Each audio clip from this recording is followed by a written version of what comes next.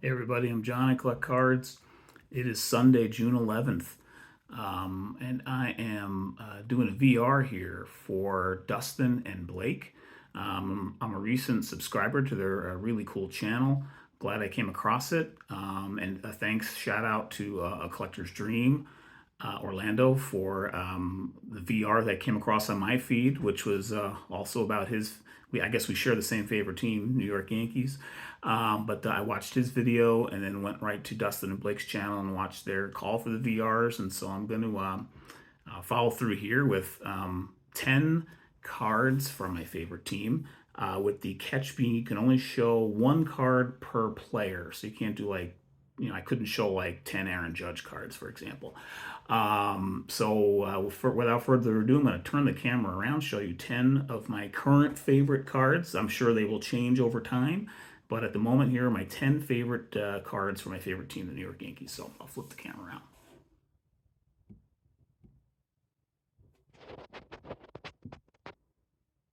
All right, sorry for the bit of the extended pause there, trying to find the pause button on my phone. It's a technique that I have far from perfected yet, but here we go. We're going to do 10 cards, starting with the oldest, and I'll work my way to the most recent. So that means we go back to the year 1949. And actually, well, I'll show it real quick. It's a 1949 Bowman Bobby Brown rookie card. It's not super valuable. I got it off of Greg Morris, but I really like having it.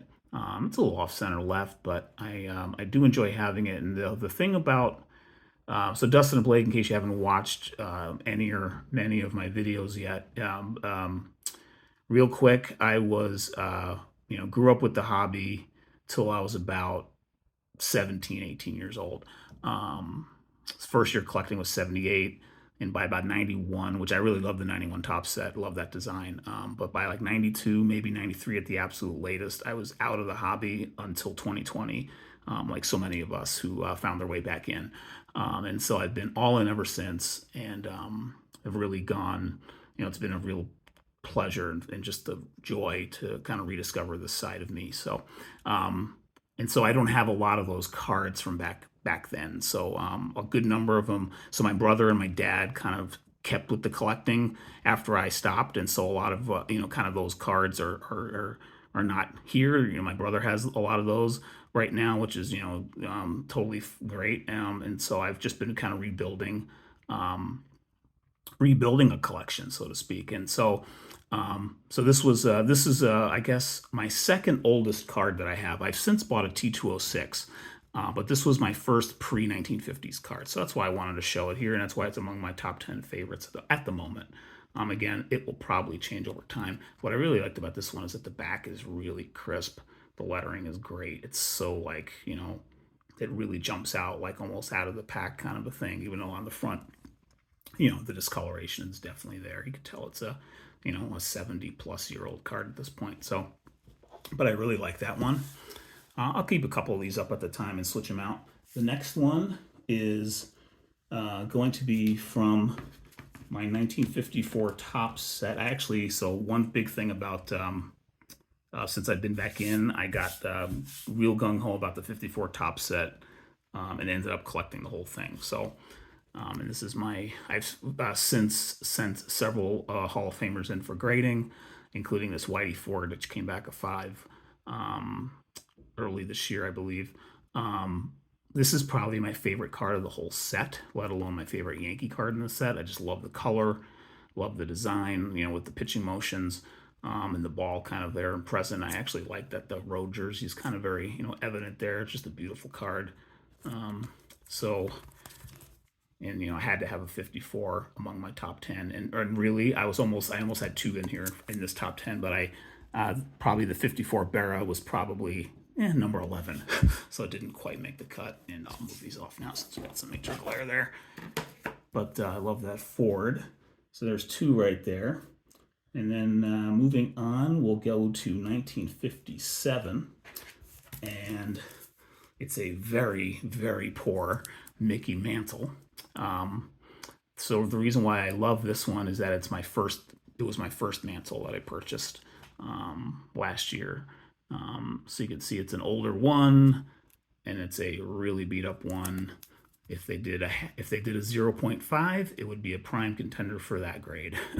But maybe what would be a 0.5? Okay. Maybe it wouldn't be poor and wouldn't be fair. It'd be okay for a 0.5, maybe.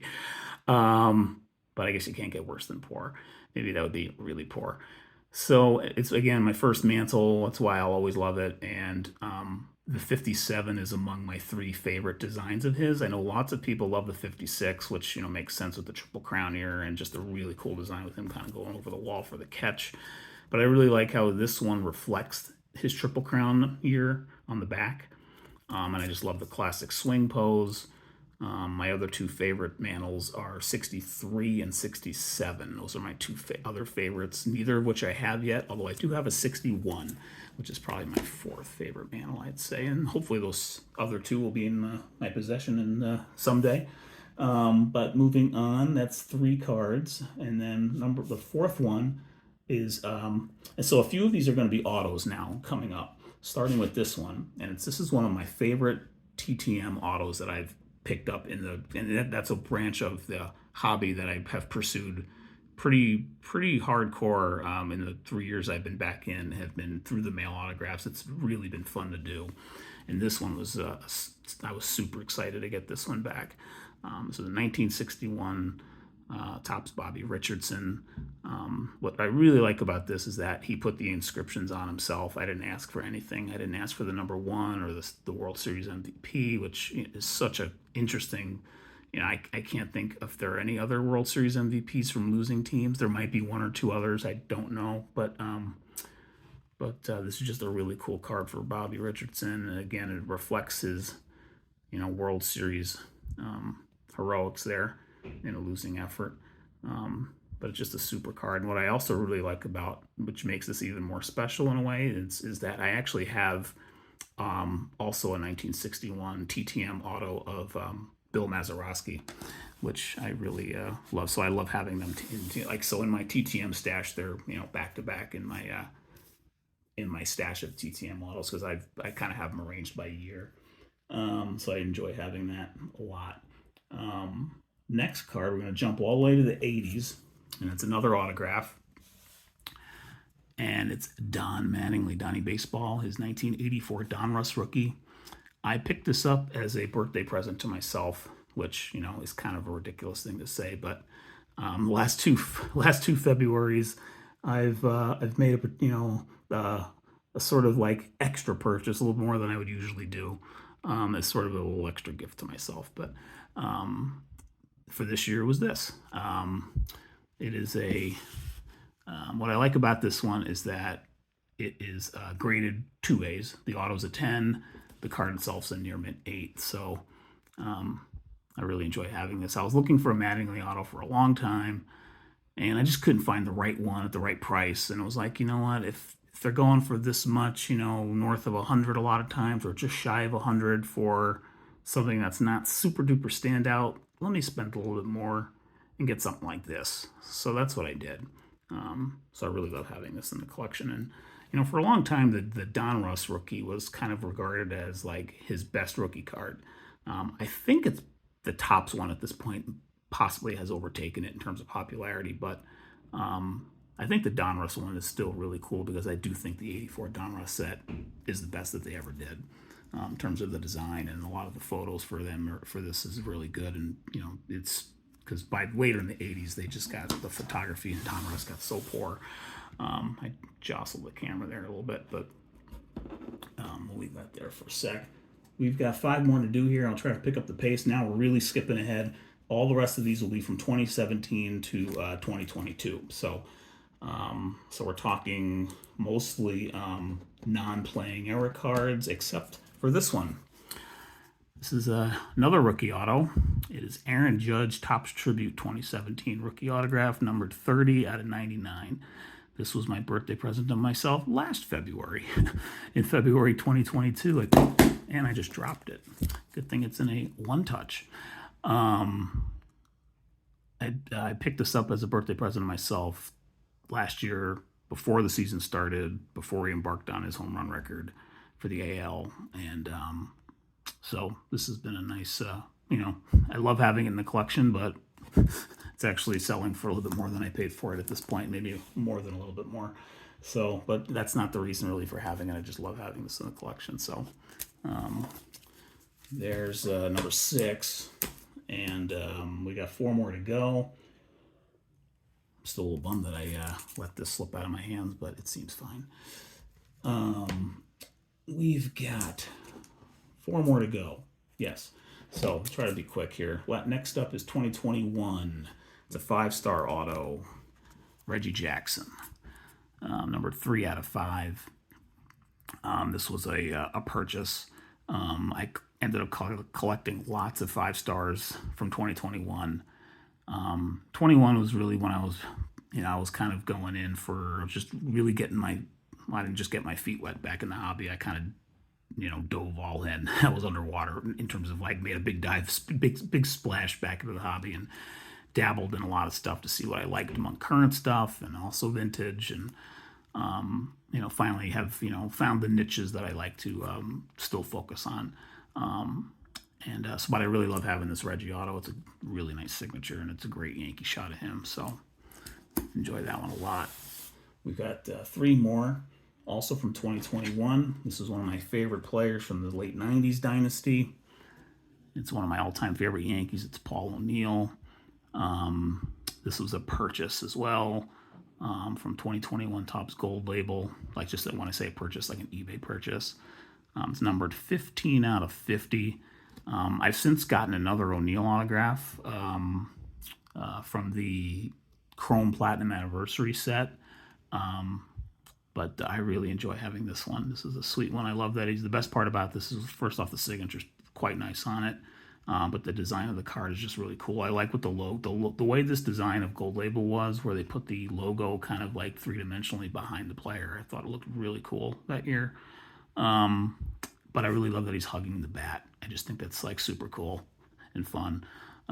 So I like that one a lot. I've got 2 more here. This next one is not an autograph. In fact, that was the last autograph of the bunch. But this next one is particularly special. It is from one of my favorite players of all time, even though I barely got to see him play. But it is a 1-of-1 card also. And that is 2021 Topps Museum Collection Thurman Munson Primary Pieces Legends. Incredibly, I got this in a break. So this is just a sick card in a number of ways.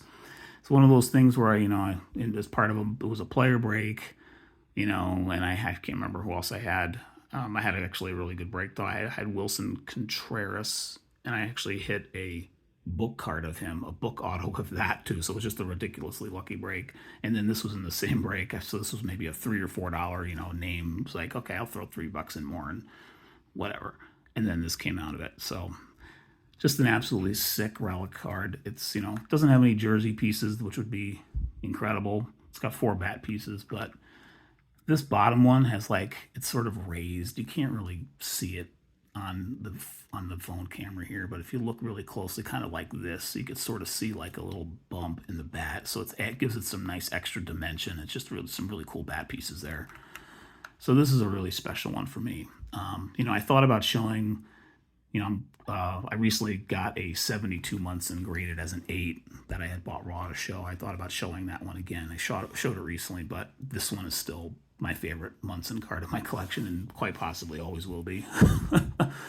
So it's just a really nice one. And then last but not least, we're going to show, got to show one from Derek Jeter. This is from 2022 Archives last year. I got this in a break too, which was another lucky hit. I had the Yankees in a break, and this came out of it. And this one is numbered out of 15 out of 15. What I also love about this is that 1978 Topps was not only my first ever set I collected as a kid when I was 5, but it's probably still my favorite set. I just love the design of it. I mean, yeah, it resonates with me because it was my first, but it's just a beautiful set. and that's just a beautiful shot. It's Derek Jeter. It's an orange parallel. So there you go. How could it not be among my favorites, I guess? But 10 cards there of favorite players, favorite team, or favorite cards, I guess you could say, for my favorite team currently. This went a little longer than I expected, but thanks for the opportunity again, Dustin Blake. Hope you get a bunch of VRs for this. I thought it was a really cool idea. And so with that, I'll see you all on the next video. Take care.